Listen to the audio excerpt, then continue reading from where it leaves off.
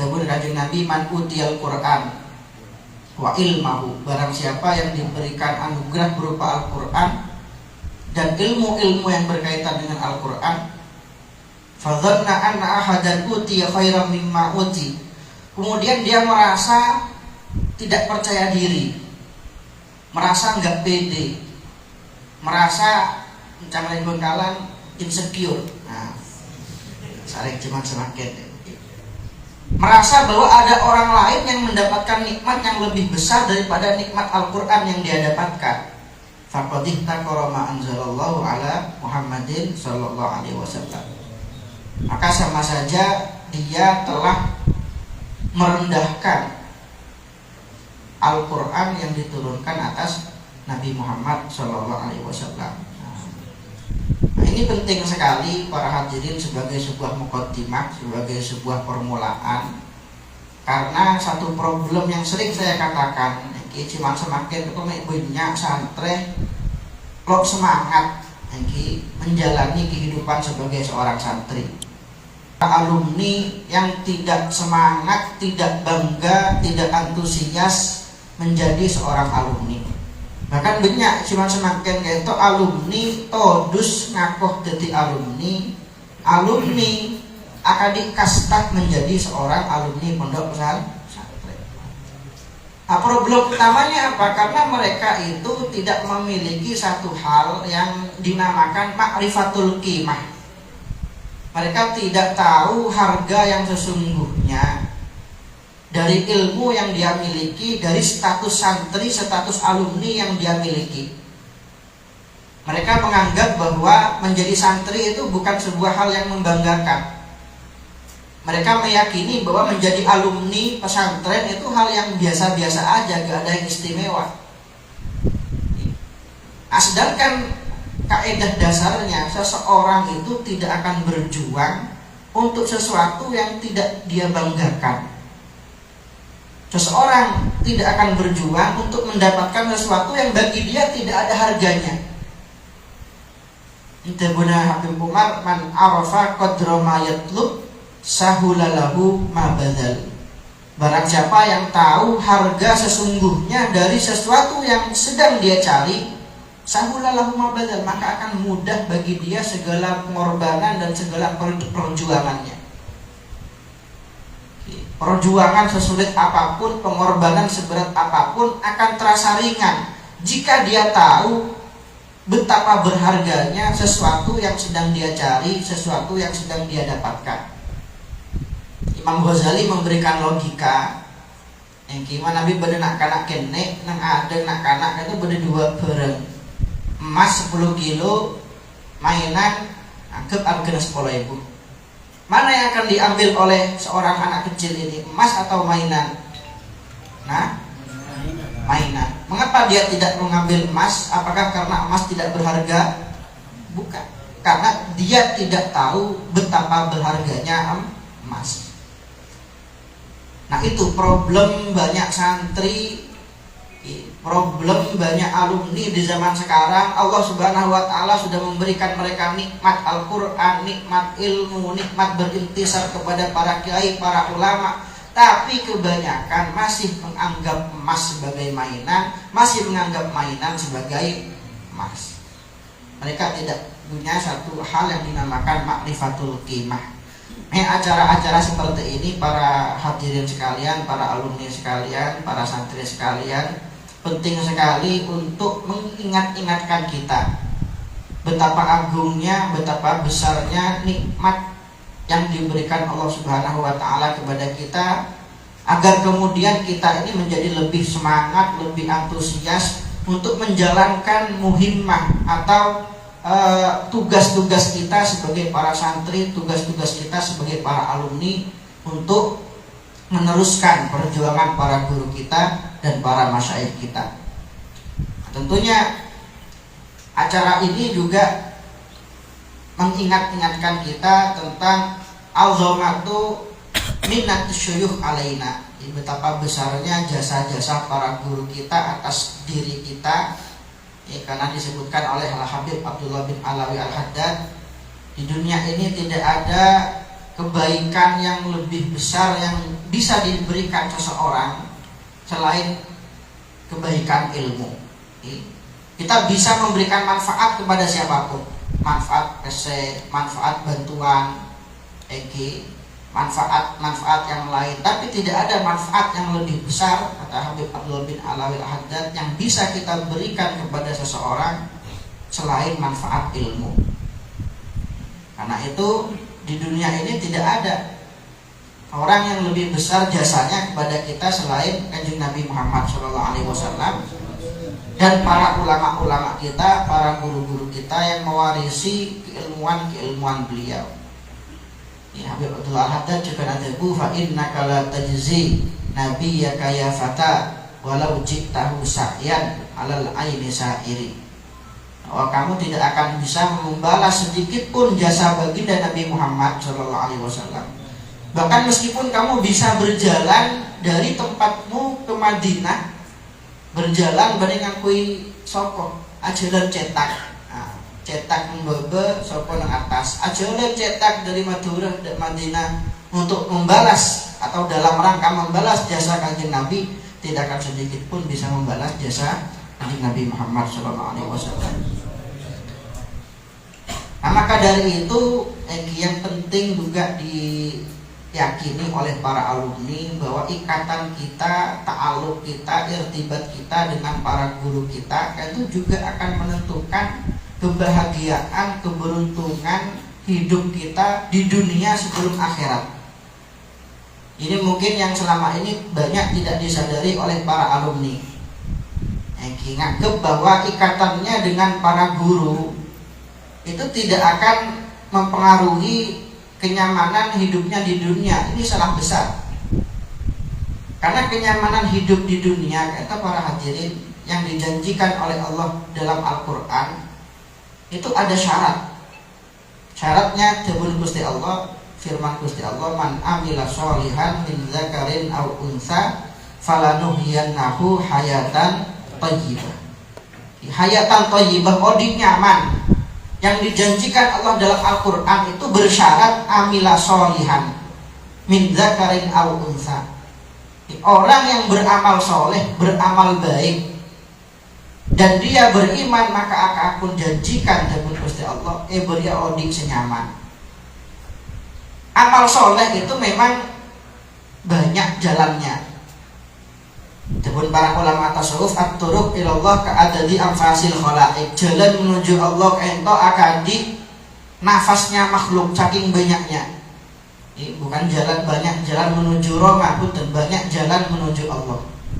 Baru sedepak dari Gusti Allah lebat sujud, baru sedepak lebat sedekah, baru sedepak dari Allah lebat ngajar, lebat adakwa. Ka'adadi anfasil khalaik. Tapi bagi seorang santri, satu-satunya jalannya menuju Allah itu hanya melalui taat dan melalui mendapatkan ridho dari guru. Jalan santri dari Gusti Allah kata situng melalui ridho para gurunya. Umumnya kalau nyaman jadi santri ini sempit, dan ini kejalan dari Gusti Allah ini sempit. Kata satu-satunya jalan terbaik, jalan termulus, jalan tersingkat, jalan tol. Justru lebih nyaman. Jadi keberuntungan hidup seorang santri, kebahagiaan hidup seorang santri, siapapun itu yang sudah mengikrarkan dirinya sebagai seorang santri, itu tergantung baik tidaknya ikatannya, baik tidaknya sambungannya kepada para gurunya. Maka ketika Allah berfirman, man a'rada an dzikri fa inna lahu ma'isyatan dhanka, dawuh Gusti Allah nang ayat lain, orang sing bekal paringen odik sesompek ma'isyatan dhanka adalah orang yang berpaling dari mengingatku. Maka bisa kita katakan, man a'rada an dzikri syaikhihi faqad a'rada an dzikrillahi subhanahu wa ta'ala. Orang sing berpaling dari mengingat gurunya, maka sama saja dia berpaling dari mengingat Allah Subhanahu. Itu sudah logika dasar seperti itu. Jadi Ini semakin mengukuhkan dua ayat ini bahwa baik tidaknya ikatan kita dengan guru kita itu juga akan menentukan keberuntungan hidup kita, kenyamanan hidup kita di dunia dan akhirat. Kita setoman itu bagi saran Ki Haji Hasyim Asy'ari ketika beliau menukil suatu kalam dalam kitab beliau Adabul Alim wal Muta'alim. Kata Syekh Haji Hasyim Asy'ari dalam kitab itu, alladzi la ya'taqid jalalata ustadzihi la yuflih. Nah, jika ada seorang santri yang bukan tidak taat, tapi dia tidak meyakini kemuliaan gurunya. Bersantri mek memandang gurunya kata orang-orang biasa saos. Kalau nganggep guru orang muncul. Maka tebunan Ki Hasyim Asy'ari la yuflih. Orang ini tidak akan menjadi orang yang beruntung dunia akhirat. Senada dengan itu Syekh Abdul Qadir Al-Jilani teman adabu, man aradal falah falyasir turaban tahta aqdamis syuyukh. Barang siapa yang menghendaki kebahagiaan, keberuntungan, maka jadikanlah dirinya debu di bawah telapak kaki para guru. Itu ampun sunatullah. Aturan mainnya memang seperti itu. Oke, kalau kita lihat sejarah para hadirin, di balik sosok-sosok ulama hebat itu pasti ada takzim kepada guru yang sangat luar biasa. Di abad-abad awal kita mengenal salah satu ulama besar yang sampai sekarang mazhabnya paling banyak tersebar di seluruh penjuru dunia. Yaitu Al-Imam Abu Hanifah. Ki An-Nu'man, Al-Imam An-Nu'man ibn Basir Imam Abu Hanifah. Nah, An-Nu'man Ki Asma'i wa Nu'man pun ibn Melopain Imam Abu Hanifah.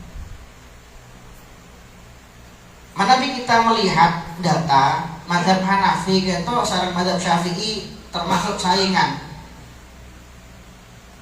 Cuman semakin kalau kita melihat di Amerika, di Australia, di Eropa justru yang lebih banyak tersebar mazhab Hanafi. Padahal beliau sudah wafat sekitar 1300 tahun yang lalu. Tapi namanya masih harum, masih kekal abadi, ilmunya masih diamalkan, disebarkan sampai detik ini. Perkara jadi genjeren Imam Hanafi kan. Nah, Imam Hanafi kata para rabu teman adabu ketika beliau masih hidup, ili sabuku sanawat. Saya sudah 7 tahun jebun Imam Hanafi. Mamadat turijli ila dari Hamad. Tidak pernah saya berani menjulurkan kaki saya. Lo bengal kalau jur sokok ila dari Hamad dan arah romana guru kaulah Hamad. Ijlalan lahu sebagai bentuk takzim saya kepada beliau. Nah, jebun saya meriwayatkan wa kana baina darihi wa dari Hamad sabuku sukakin.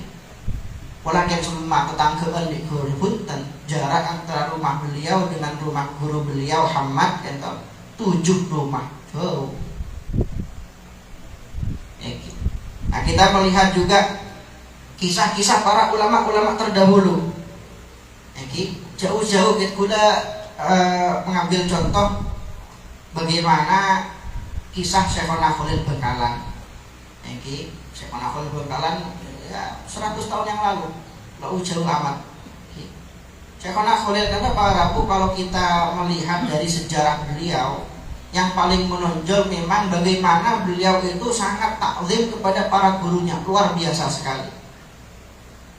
Sampai situng cerita saya sangat masyhur beliau ketika Mekah nulis Alfiyah, kemudian hasilnya beliau hasil jual kitab Alfiyah kento bukan dimakan sendiri, tapi beliau bagikan kepada para guru-guru beliau khususnya yang tidak mampu. Sedangkan beliau kento memungut kulit-kulit semangka yang ada di tempat sampah, dibersihkan kemudian dimakan. Seperti itu tirakat beliau. Dan juga dihitung kisah si masyhur ketika beliau pada waktu itu pernah naik dokar, yang bertanya Pak Kusirnya, Pak Kusir kento jeren dari Kak Limah. Pak Kusir jawab dari daerah Bima Kiai. Beliau mendengar itu langsung turun. Kemudian ditanya oleh Pak Kusirnya, "Kenapa mek langsung mek atau orang ajunan pula bade sakelero dari Tebun Abdin?" Maka beliau menjawab, "Punten in ajunan ketika ngocak jeren kata dari daerah Bima kaula emot de kurun kaula." Asmaipun Syekh Abdul Ghani Ibn Subuh Al-Bimawi, seorang ulama besar dari daerah Bima. Syekhona Khalil montut dari beliau sanad tarekat Naqsyabandi. Nah, gurun Syekhona Khalil kento Lombok terkenal banyak obon jeren, ini banyak jeren tepangki sorgen. Sebelum beliau kono lo ende takok kula naik jeren ampian, naik doker ampian nih kan. Abu ter, jangan-jangan jeren ampian nih kan salah satu keturunan jeren guru kawan. Abu ter Pak, mau pakai tes DNA nih kan. Ngebeter, jangan-jangan.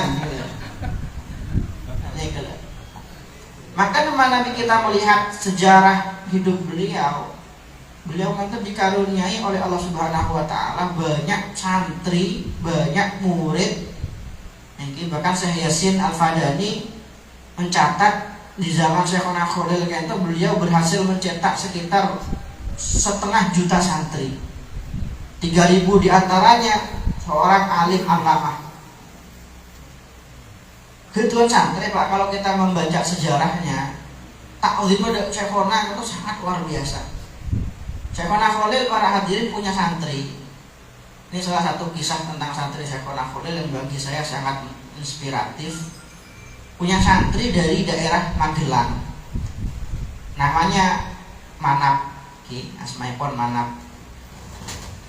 Itu seorang santri yang sangat miskin sekali.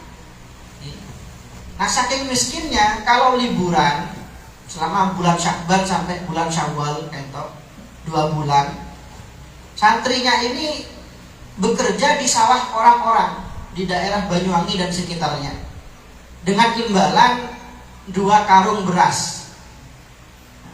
Akhirnya waktu itu pulang di bulan Syawal, pulang ke Demangan, membawa 2 karung beras, diniati ini untuk bekal selama setahun mondok. Nah, ternyata sarang Syekhona Khalil ampun nyambek nang adan dalem. Beliau ada bu, alhamdulillah, ibu nyambi beras 2 karung. Kebetulan tang jam tengah lapar, ibu. Akhirnya modut beras 2 karung itu hasil kerja keras selama 2 bulan, masih tabur langsung. Di dalam hanya hitungan menit ludes seketika hasil jerih payah selama 2 bulan dimakan ayam-ayam Syekhona Khalil. Tapi beliau itu santri, jadi santri cuma lambek ini. Santri cuma semakin macam-macam kayak gitu. Langsung ambu lagi. Langsung viral pelawan semakin seorang kiai membuli santrinya. Langsung berita tapi taklim taslim gitu. Santri saya memanap gitu, taklim taslim belum cukup sampai di situ. Nah, kita ujiannya kiai lambek mengguna disimpulkan muncang mereka cuma lambek Syekhona kata orang helak majuzub. Punten benih helak, ini kan memang ujian yang diberikan oleh para kiai zaman dahulu. Sebenarnya Syekhona Khalil saos. Contohnya banyak guru-guru selain kiai-kiai selain. Yang kan mon cekon Habib Umar, mon cantres zaman semakin, andaikan beri ujian-ujian yang diberikan guru-guru terdahulu sebelum sekuat. Nah, kan cukup semakin mereka. Ujian yang diberikan seorang kiai kepada santrinya terdapat di dalam aturan-aturan yang beliau tetapkan. Apa cukup torok debu saus? Kok kira uji kadik santri dan simanambe. Sarap Syekhona kata pakon wis mulai setia akan daun pedu. Benih daun pedu. Bersantri itu saya memanap itu mondok nang Syekhona Khalil nang Demangan benih 10 tahun, benih 15 tahun. Itu pada saat debu 17 hajian, 17 tahun. Setelah itu kuber dari Demangan, dari Syekh Nafoli diapindah ada Tebuiran Pondok Kiai Hasyim Asy'ari. Baru beliau ketoh menikah ketika usia lebih dari 50 tahun. Nah, kemudian pergi ke Kediri, merintis pondok pesantren di daerah Kediri, dan sampai semakin kita kenal pondok pesantren itu sebagai pondok pesantren Lirboyo.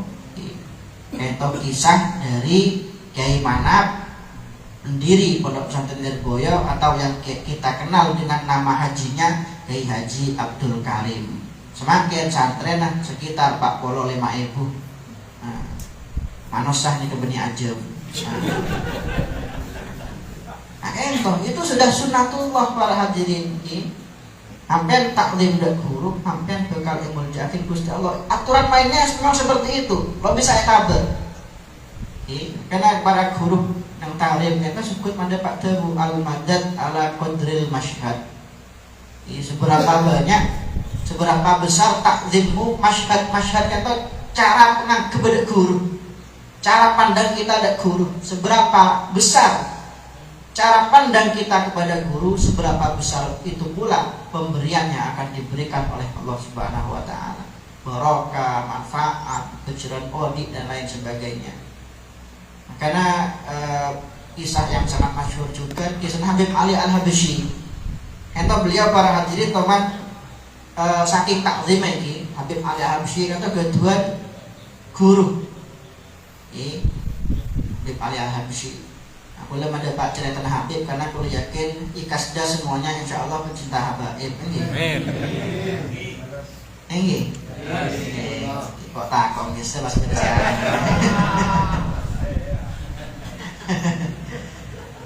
Olehna apa kana semakin kayak gini. Viral ya kan. Habib Ali Al-Habsyi kedua guru asmaipun Habib Abu Bakar Al-Attas. Saking taklim ada guru nggih. Seakan-akan Habib Ali itu nganggep guru itu akan di malaikat. Sampai suatu ketika beliau itu ngolatir guru keluar dari jeding. Kata kerja beliau.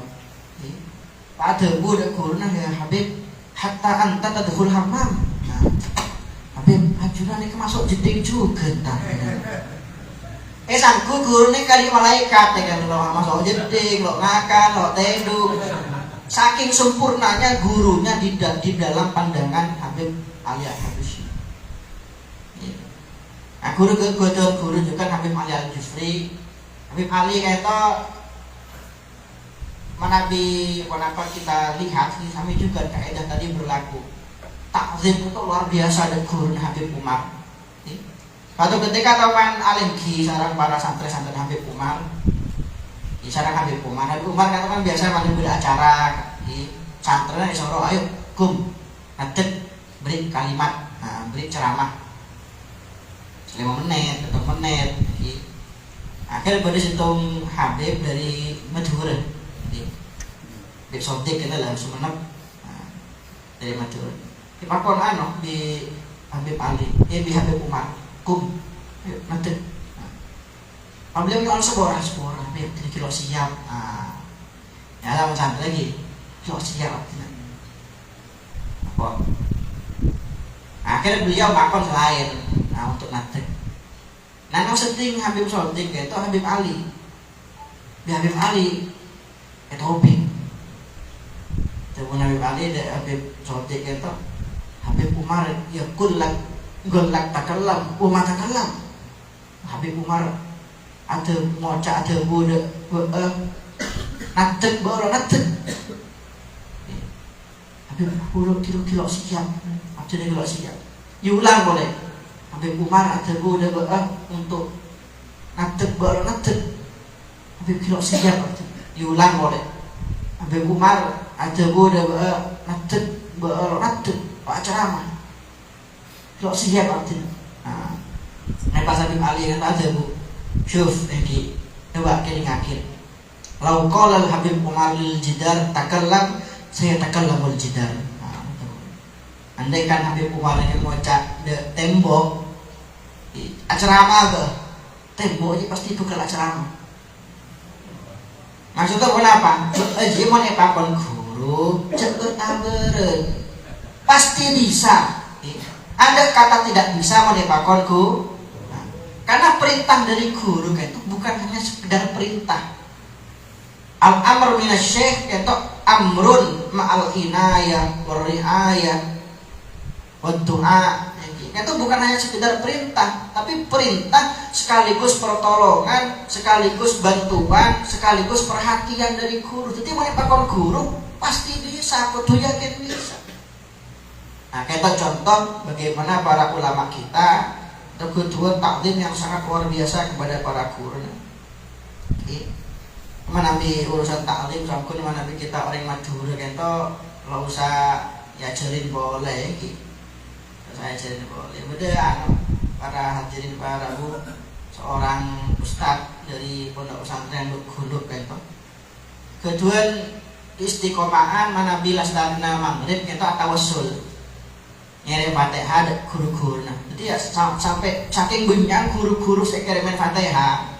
Sampai maghrib dan isya nih kepor bekto untuk nyari Fatihah ada guru-guru. Istiqomah. Sampai suatu ketika songkan, ustadz kita songkan masuk masake. Akhirnya lok mawas Fatihah dek guru-guru.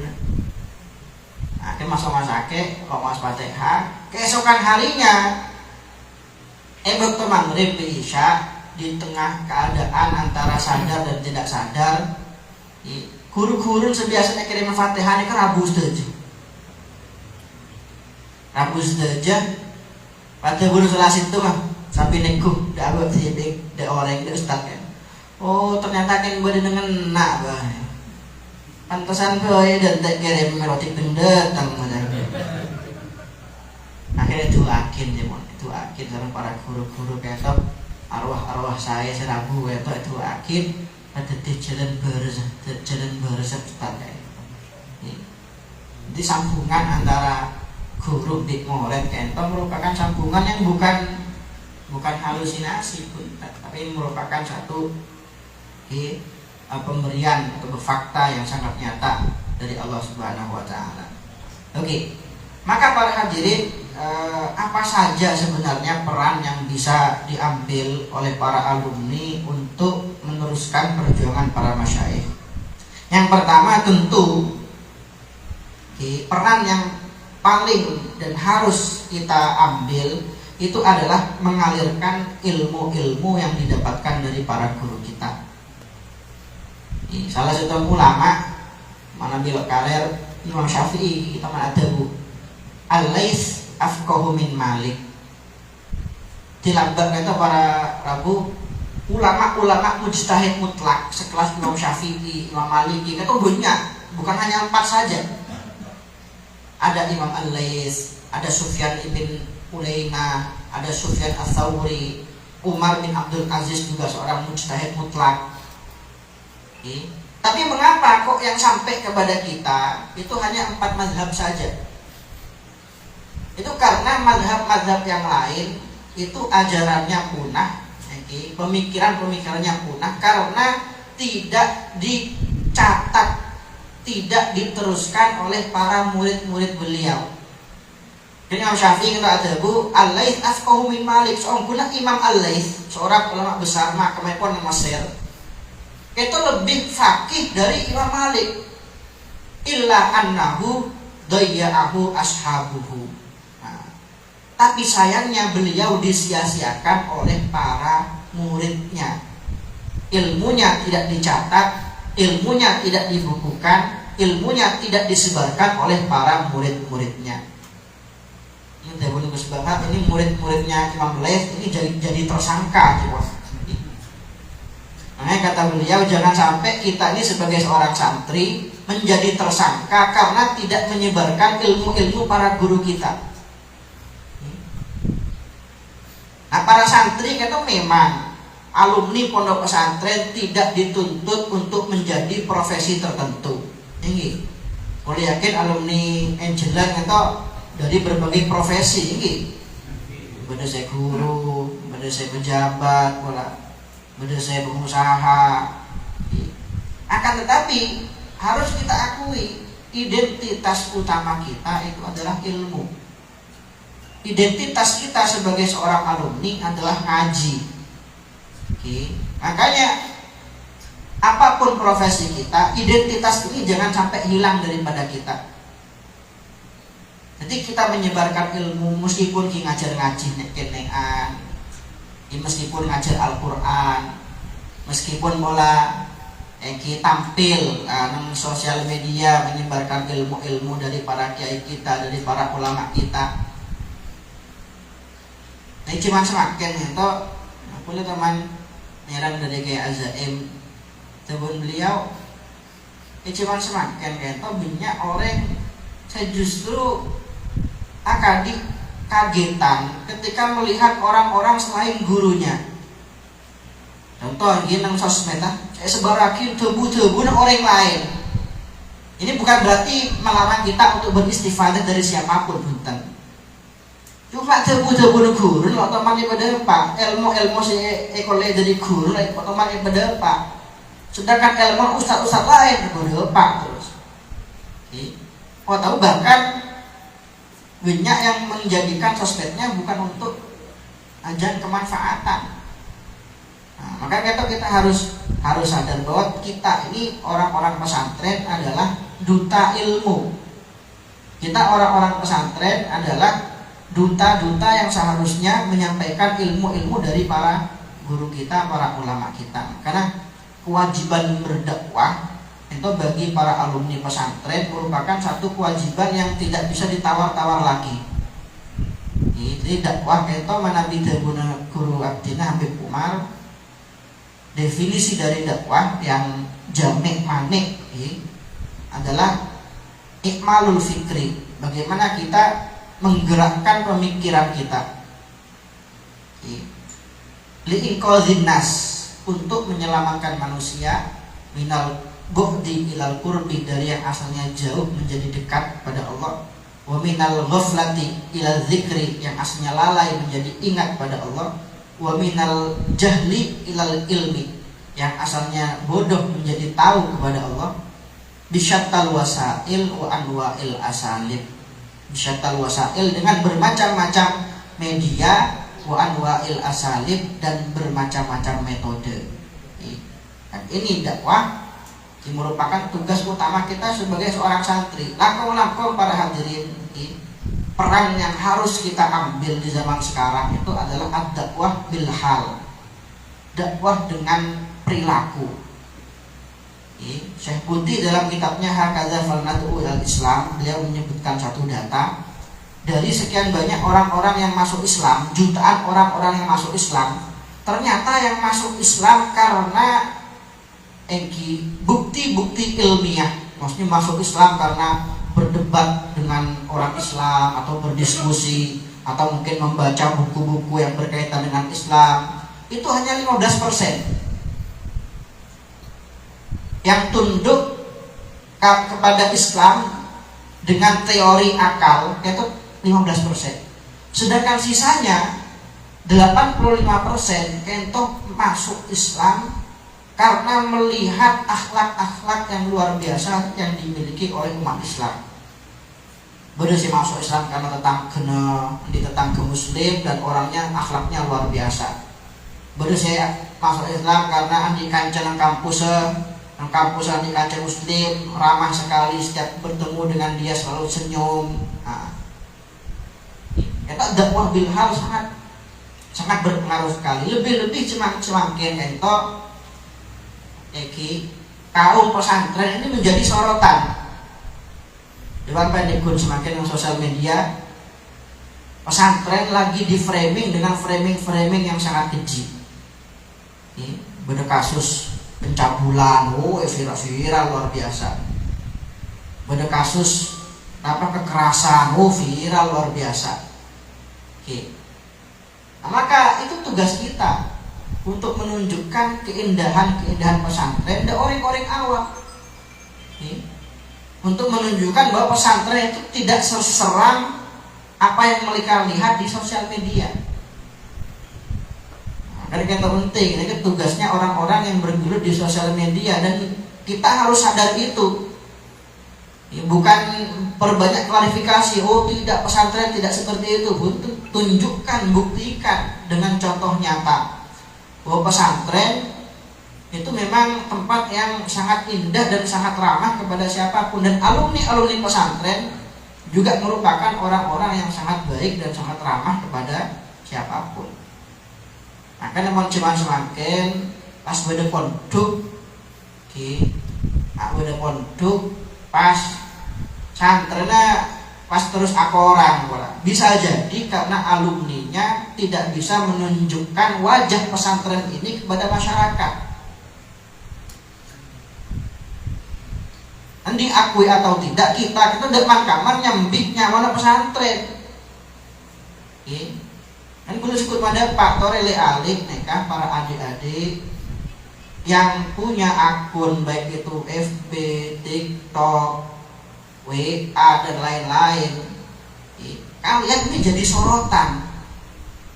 Kalian ini jadi standar barometer orang-orang di sekitar kalian di dalam menilai santri, di dalam menilai pondok pesantren. Jadi mau ngepost napa baik, coba pikirkan. Sebelum ngepost sesuatu, pikirkan dulu 1000 kali. Kadang ada anak-anak pondok, ini pondok 2 tahun, 3 tahun, tentang prayer kan, tentang gentor, oh nih perubahan apa kira-kira yang didapatkan anak ini ketika pondok. Ternyata postingan ngepost game, Mobile Legend, Papaya FF, siapa post. Mungkin aku aja kalau bisa. Hampir kami orang sudah punya label dicap, oh ini anak pesantren, oh mau etekku pas postingan hampir nganeka. Oh ternyata ngaji anak-anak mondok ada baik. Apa biden nah ini kalau itu sangat berpengaruh sekali. Nama oleh semakin mereka orek-orek barometer penilaian mereka sosial media etekku. Mencoba lambah ampean montoro amantoah. Karena hampir ngirim utusan, coba teh orang juga di apa, tanya akin, mau semakin, oh lo usah, ini, hampir teraman tua bener naun, anu jo, santri ini, ya kan, lo usah ngirim orang semakin tanya akin, andi akun je, andi akun TikTok je, teh akun TikTok kan, pas kene sena joget pargoy papale. Orang ngaku santri ini jadi barometer penilaian. Jadi barometer penilaian. Makanya ngiring kita sebagai duta pesantren, pertama kita harus mengalirkan ilmu-ilmu yang didapatkan dari para guru. Ini guru kaula kentok menapa Ki Haji Maimun Zubair cukup mada Pak. Ayo ya sesibuk apapun bitunya jak sampai adin-akin ngaji. Ajar meskipun ikinian ngaji meskipun seminggu sekali, yang penting sampai pegel dari ilmu. Itu merupakan peran yang harus kita ambil sebagai seorang santri. Nah, Habib Umar kan tuh teman pereksanin para guru seperti ini, jarang seseorang mami yarun najah didai ilallah. Kita khususnya para alumni kan tugas kita adalah dakwah. Beliau ditanya, apa standar kesuksesan bagi seorang dai ilallah? Kita seorang dai, kita seorang ustadz, kita seorang pendidik, kita seorang tokoh masyarakat. Apa standar kesuksesan seorang dai ilallah? Seorang yang bertanya pada beliau. Maka beliau menjawab, para hadirin mungkin semakin ini, mohon cepet orang semakin. Oh, standar kesuksesan seorang dai ini kan Nabi banyak pengikutan. Ini Nabi viral, Nabi terkenal, banyak semacam, banyak santrena. Tapi ternyata jawaban beliau betul. Itu sama sekali tidak ada dalam jawaban beliau. Justru beliau mengatakan standar kesuksesan seorang dai yang sukses menurut beliau adalah alladzi badzal qusara juhdihi fid da'wah ilallah. Dia adalah yang telah memberikan semua yang dia bisa, semua yang dia mampu untuk mengajak orang ke jalan Allah. Intinya bukan dilihat dari hasilnya, tapi dilihat dari upayanya, dari usahanya, dari perjuangannya. Jadi semakin besar perjuangan Hampian sebagai seorang yang mengajak orang ke jalan Allah, itu merupakan standar kesuksesan dari seorang dai entapun beliau. Yang kedua, para hadirin, peran yang harus kita ambil adalah dengan tetap menjaga irtibat dan ta'alluq dengan guru dan pesantren. Karena acara akademik semakin itu sangat penting sekali bagi saya. Ale beabeun atau ki andi sambungan, terus andi irtibat, terus ndak ta'alluq, ndak pondok, ndak guru. Nah, kita kata para alumni Habib Umar, ini dari Kaula, dari Ramuham, dari Ramahmud. Kita mana di bertahun andi acara perkumpulan, perkumpulan alumni se-Indonesia. Ben acaranya itu tepat nang musim macam para dai, musim koncengan, musim panen. Kan bulan Rebe, bulan Syakban, tepang merah-merah koncengan, 4 lekor, segemek 6 lekor. Terus hari pertemuan alumni ini. Nika sekut pon di para senior atau debu cek nerem koncengan. Meskipun umroh, meskipun acara apa boleh aja terima di 3 tanggal ini. Kenapa? Ini acara guru. Nah, acara alumnian, acara guru. Seporok di acara apa boleh. Padahal lagi dai super sibuk PSS ya. Habib Jindan, nanti Habib Jamal, udah dai super sibuk. Tapi dalam tanggal itu bukan dianjurkan, diwajibkan untuk tidak menerima penjenengan karena itu acara negara. Makanya penting bagi kita untuk mengawal kemajuan pesantren kita, untuk mengawal kemajuan pendidikan baik yang berkaitan dalam pesantren ataupun yang berkaitan di luar pesantren. Pada situng guru, saya teman pada Pak Debu, Mas Abdul teman pada Pak Debu, Jepon cuman semakin itu berde santre, banyak santre, saya kastah pondok. Nah, teman Dewa ada berde santre, saya kastah pondok. Salah satu kan masih aja santre pondok. Kan mungkin dia saya bangga menjadi santri pondok pesantren Darut Tauhid. Saya bangga pernah pondok. Nah, lesan seperti itu. Status WA-nya seperti itu. Tapi ternyata anak masuk di pondok. Ini kan secara tidak langsung ngucap, wis akan di bapak. Bapak kastah jadi santri tauhid. Wis dari pondok lain, wis lebih bagus dari bapak. Karena ini saya benar situ guys. Santri kan kastah, teman pondok, santri kastah itu santri. Alhamdulillah. Maksudnya kayak itu para alumni kita merupakan orang yang sekutu mengawal kemajuan pondok pesantren, kemakmuran pondok pesantren dimanapun dan sampai kapanpun. Nah kemudian kita mau telur para alumni khususnya bagaimana kita perlu untuk memperkukuh ukhuwah alumniyah. Nah mobilnya makin bukan ukhuwah islamiyah tapi ukhuwah alumninya. Ini problem banyak alumni yang cuman semakin itu adalah ketidakkompakan. Di mulai rasakan TV banyak itu para alumni ketika bedeh kancenak itu sukses, bedeh kancenak itu lebih kenal pola di masyarakat, bukannya didukung, bukannya diapresiasi, malah ketengki. Nah, tangki. Padahal seharusnya kita kan bangga, alhamdulillah tang alik kelas ya, alhamdulillah sepondok ya. Cuma semakin lakar bener untuk Bunda Imam Ghazali, al ulama ustad tinggi antara ustad ini lakar saling dengki malah kan saya pada. Nah, kita penting untuk kita memperkuat ukhuwah di antara kita Karena manabi ukhuwah di antara alumni baik lelok sepak, lelok kuat, bagaimana kita mau menjadi orang yang bisa memperkuat ukhuwah di orang-orang pada selain kita.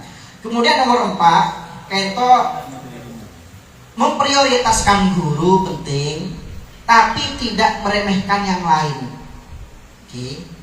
Gula mendapat kenapa gula diibaratkan bahwa fanatik tidak pada tempatnya itu bisa menjadi penyakit bagi alumni pesantren.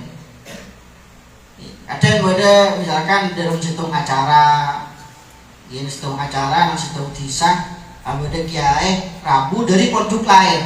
Ini seorang ulama yang dihormati, yang disegani, tapi abah tibing itu tidak merasa tergerak. Pas aroma sarap benitang kiai. Nah, itu hal yang bagi saya merupakan kefanatikan tidak pada tempatnya. Kulo ki emat para hadirin sebelum mulai dan ento. Berkata kulo yakin pesan-pesan beliau di Umar dan banyak para santri sebelum kubar dan majurat minta nasihat dan beliau aleki sareng beliau nyon debu dari ajunan. Kira-kira apa saja langkah pertama yang harus saya lakukan ketika sampai di rumah? Karena kita mungkin menyangkanya beliau pasti akan berkata muka pondok, ngajar, ada uang, kan seperti itu. Tapi ternyata jawaban beliau bukan. Mau ada pak, cek lupa bisnya bis dek kiai sekitar. Mohon perlu ngaji, mohon perlu alat ilmu dari beliau-beliau, mohon perlu alat sanad dari beliau-beliau. Nah, ini pesan beliau dari para santri. Cek ngangkep abad tibik itu karena alumni Timur Tengah pas paling hebat sendiri. Cek pegang hubungan di kiai-kiai sekitar, tokoh-tokoh sekitar, bisa minta dua, minta barokah. Itu didikan beliau dan santri-santri beliau agar kita benar-benar meyakini bahwa al ilmu rohimun baina ahli. Meskipun kita mungkin teman guru, meskipun kita mungkin teman mondok dan beliau, tapi selama beliau adalah seorang ulama, seorang yang ilmunya bermanfaat di masyarakat, maka kita perlu untuk menguatkan ikatan juga dengan beliau-beliau, termasuk untuk istifadah kita kepada beliau-beliau. Nah, kemudian yang terakhir para hadirin, kita itu perlu menjaga marwah dan nama baik guru dan pesantren. Itu khususnya di sosial media. Gula kata karena bidang gula memang dakwah di sosial media dan banyak sekali cuman semakin santri-santri yang mungkin niatnya bagus untuk menyampaikan ilmu, tapi tidak tahu adab-adab yang harus dia miliki ketika berdakwah. Itu akhirnya niatnya mungkin baik, tapi pada akhirnya justru mencoreng nama baik pesantren. Nyawan sekolah gula mana benang TikTok itu paling tidak setuju dengan konten-konten dari para santri seesinya tentang kitab Quratul Uyun, tentang Fathul Izar. Nah, itu kan banyak. Itu banyak santri-santri yang ngebayi konten dikatakan dalam kitab Fathul Izar. Mana piring gini bibirnya lebar, maka untuk apa itu rekan? Nah, itu justru mengundang komen-komen negatif tentang pesantren. Oh, ternyata santri pikirannya cuma selangkangan, oh ternyata santri ngaji, oh ternyata tidak semua ilmu para hadirin. Meskipun mungkin kita ada yang belajar kitab-kitab seperti itu, tapi tidak semua ilmu yang kita dapatkan di pesantren itu bisa kita sampaikan ke halayak luas. Ada mungkin ilmu-ilmu yang sifatnya privasi, ada ilmu-ilmu yang mungkin hanya bisa kita sampaikan di kalangan kita, tidak bijak untuk kita sampaikan di tempat-tempat lain, khususnya di sosial media. Mungkin semakin itu cuma sosmed, banyak betapa banyak alumni bine, alumni Bengkalan itu ketika nang sosmed lo adung kodung, akan merasa bahwa di sosmed ini hukumnya beda, kan yang hukum Allah pada sosmed. akan diingat menang dunianya tahu aduh kodung dengan penampilan sopan, tapi menang sosmed aduh akan di alam lain lagi. Maka dari itu sekali lagi itu penting kita sebagai orang santri, lebih-lebih di zaman sekarang ketika pesantren itu di framing buruk, semakin itu ada upaya untuk menjauhkan masyarakat dari simbol-simbol agama. Apa yang terjadi oneng kan kasus viral, kasus seorang Gus dengan penjual es teh, nah, kan viral ya. Tapi itu dimanfaatkan oleh banyak orang yang memang tidak suka kepada pesantren. Untuk ngangge wis la usah cuman selangken, la usah gus-gusan, la usah kiai-kiaian. Wis kita langsung merujuk kepada Quran hadis. Nah, seperti itu. Makanya kenapa sekali lagi ini tugas kita bersama, bagaimana kita menampakkan wajah indah pesantren ke masyarakat umum, bagaimana kita menampakkan wajah pesantren yang menyenangkan kepada masyarakat umum, agar kita masyarakat oneng bahwa pondok pesantren, bahwa para kiai, bahwa para ulama ini merupakan pemberian dan nikmat terindah dari Allah Subhanahu wa taala, dan tidak seburuk apa yang mereka lihat di sosial media. Mungkin ini sekilas materi yang bisa saya sampaikan. Untuk selanjutnya mungkin pada sesi